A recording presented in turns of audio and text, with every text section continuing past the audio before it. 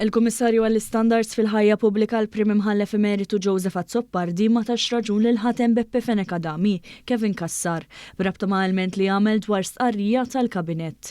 Fil-fatt il-Kummissarju mara ebda bażi biex titkompla investigazzjoni ulterjuri b'rabta ma' l-istess ilment minn Kassar li allega li tal-istqarrija kienet tinkludi lingwaġġ partiġjan.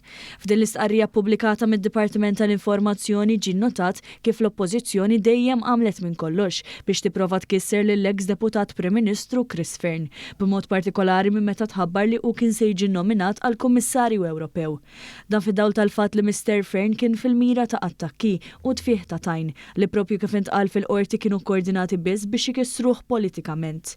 Din ma kienx l-ewwel darba li Kassar ressaq ilmenti simili blan li attakka lil Gvern Laburista. Bl-esponenti ewlieni tal-Establishment Nazzjonalista li wkoll ikkontesta l-elezzjoni ġenerali mal-PN bla suċċess ma jingħatax raġun f'diversi okkażjonijiet.